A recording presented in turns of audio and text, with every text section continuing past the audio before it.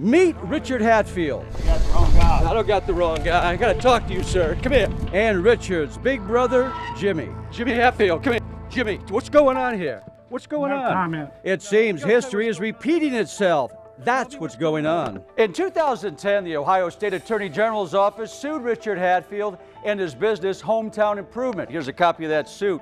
The allegation, shoddy workmanship and pocketing large down payments for jobs Hatfield's company either didn't start or finish. Hatfield was ordered to close Hometown Improvement and pay restitution to former customers. As part of this deal, he was banned from running home improvement businesses in Ohio until he settled that debt. For the record, Hatfield still owes thousands in restitution. The Attorney General's ban, though, hasn't stopped Hatfield from doing business. Sir, I got a lot of questions for you. Hatfield owns Be Improve It, also known as Be Improving.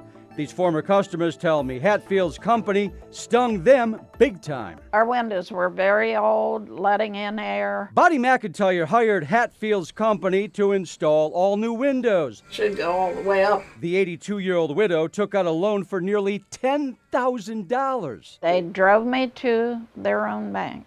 Richard Hatfield says Bonnie was behind the wheel. Bonnie says it took Hatfield's company months to install half the windows and this patio door. When she complained and told Jimmy Hatfield she didn't trust the brothers and wanted some of her money back, take a look.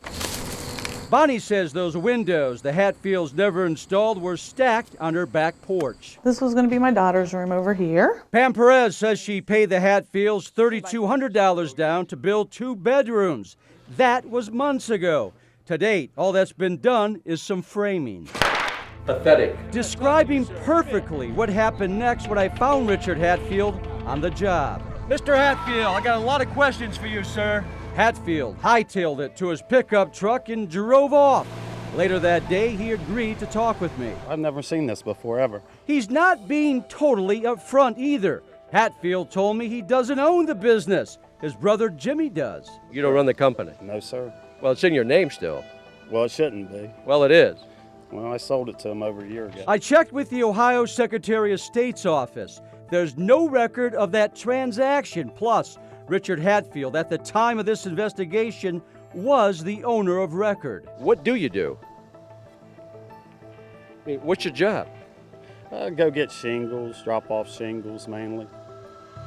You're a gopher? Correct. I asked Hatfield about this flyer making its rounds throughout Central Ohio.